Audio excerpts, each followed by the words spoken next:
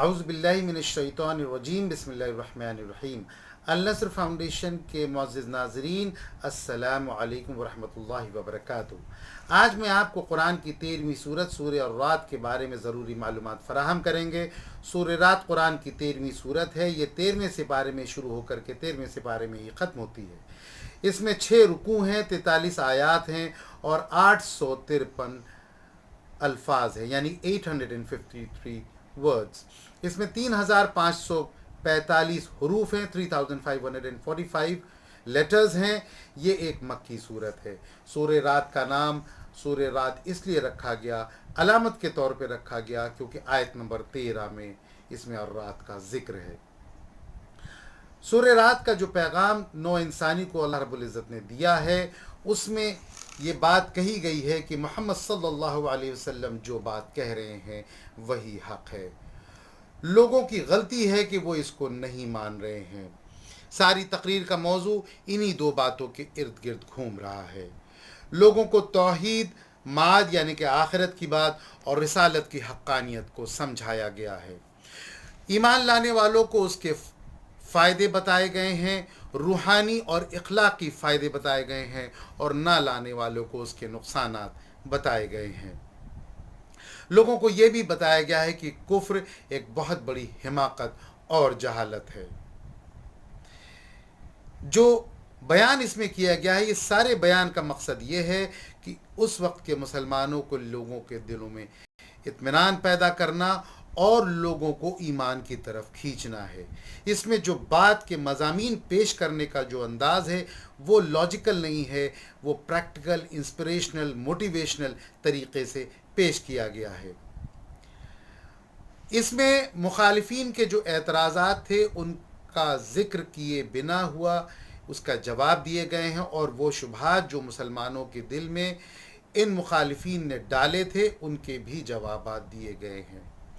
चूँकि अहले ईमान बहुत तवील अरसे तक काम करते करते, मेहनत करते थक गए थे, वो एक गैबी इमदाद के मुंतज़िर थे, उनको भी तसल्ली दी गई है। नाज़रीन, इस सूरत की जो आयत नंबर 11 है, इन्नल्लाह ला युग़य्यिरु मा बिक़ौमिन हत्ता युग़य्यिरु मा बिअन्फुसिहिम, अल्लाह ताला उस कौम की हालत तब तक नहीं बदलता जब तक वो ख़ुद ना बदलना चाहे। यानी कि कौम को बदलने के लिए सबसे पहले एक जज्बे की ज़रूरत होती है, और इस जज्बे की सबसे पहली मंजिल है तौहीद। तौहीद को कायम करना ही असल मकसद था। मोहम्मद सल्लल्लाहु अलैहि वसल्लम ने अपने दौर में तौहीद को कायम करने पे जो मेहनत की, वो जंग बद्र से जब दिखना शुरू हुई तो हज़रत उमर के दौर तक दुनिया की सबसे बड़ी हुकूमत मुसलमानों की कायम हो सकी।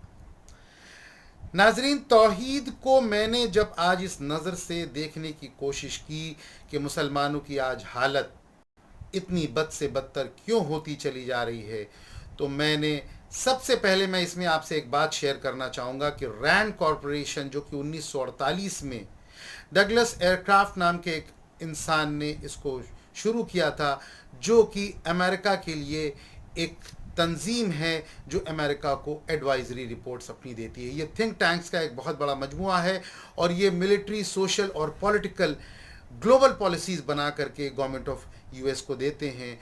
इन्होंने मुसलमानों के बारे में 2007 में एक रिपोर्ट दाखिल की थी।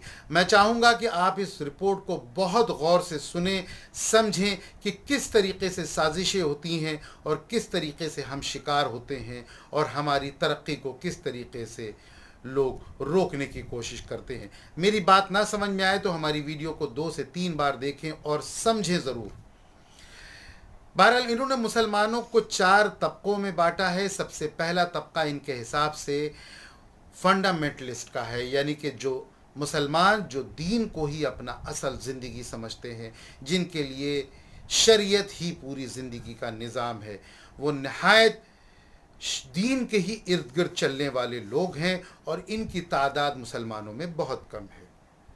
ये वो तादाद है जो परसेंटेज वाइज अगरचे आप बात करें तो शायद 2-3-4% ऐसे लोग होंगे जिनकी नज़र में सिर्फ दीन ही उनकी ज़िंदगी का मकसद है। اور یہ ان کے دشمن نمبر 1 ہیں۔ دوسرے نمبر پہ لوگ آتے ہیں ٹریڈیشنلسٹ، جس میں ہمارے دائی، مولوی، حفاظ اور تمام وہ ٹیچرز جو مدرسوں میں پڑھانے والے اور جو دین کی باتوں کو لوگوں تک پھیلاتے ہیں اور جو دین کی سمجھ رکھتے ہیں، یہ طبقہ پرسنٹیج وائز ان سے تھوڑا زیادہ ہے، لیکن یہ بھی امریکہ کی نظر میں ہمارے دشمن نمبر 1 ہیں، کیونکہ پہلے نمبر کے جو فنڈامنٹلسٹ اور دوسرے نمبر کے اگرچہ ٹریڈیشنلسٹ آپس میں مل گئے تو یہ بہت خطرناک ثابت ہو سکتے ہیں، ایسا ان کی رپورٹ میں ان کو پیش کیا گیا۔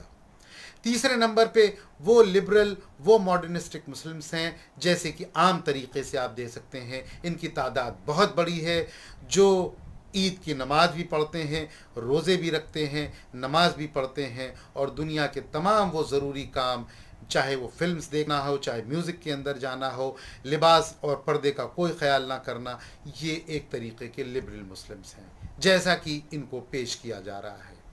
چوتھے نمبر پہ وہ سیکولرسٹ مسلمس ہیں جو شاید اپنی شادیوں کو نکاح کی رسومات تک انہوں نے محدود کر لیا ہے، یا کسی کے انتقال میں تدفین کے لیے جو رسومات ہیں اس کے لیے محدود کر لیا ہے، یعنی کہ صرف وہ نام کے مسلمان ہیں، اور ان کی بھی تعداد ٹھیک ٹھاک ہے۔